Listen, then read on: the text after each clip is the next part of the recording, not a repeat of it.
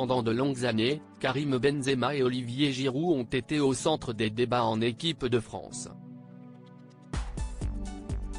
Très longtemps attaquant numéro 1 des Bleus, le joueur du Real Madrid a perdu sa place après les différentes affaires dans lesquelles il s'est retrouvé, mais également les mots qu'il a pu avoir à l'encontre de Didier Deschamps.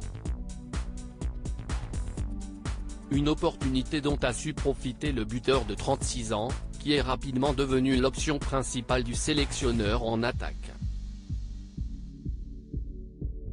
Un choix judicieux puisque ce dernier a permis aux Bleus de remporter la Coupe du Monde en 2018. La relation entre les deux hommes a d'ailleurs longtemps été froide, en partie à cause des mots de celui que l'on surnomme KB9, on ne confond pas la F1 et le karting, et je suis gentil.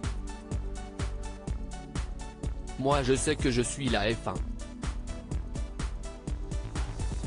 Depuis, les choses semblent s'être apaisées entre les deux hommes, surtout depuis le retour triomphal de Karim Benzema l'année dernière, mais si l'on en croit les dires du journaliste Romain Molina, l'histoire continue de faire parler en interne.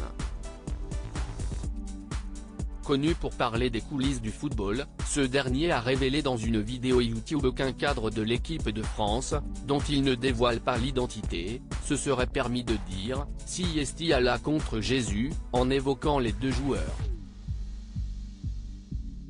Une information qui a fait beaucoup réagir sur les réseaux sociaux et les spéculations vont bon train pour savoir quel joueur aurait pu tenir de tels propos, qui restent bien sûr au stade de la rumeur pour le moment.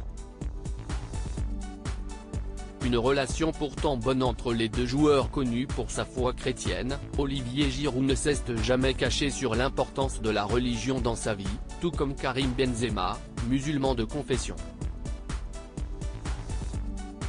Pourtant, dans sa vidéo, Romain Molina indique que les deux joueurs se sont parlé et qu'il n'y a aucun problème entre eux.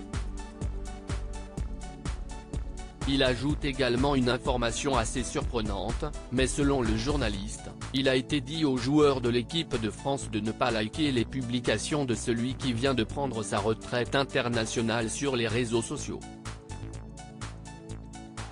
Des informations qui, si elles sont avérées, pourraient faire beaucoup de bruit au sein de l'équipe de France.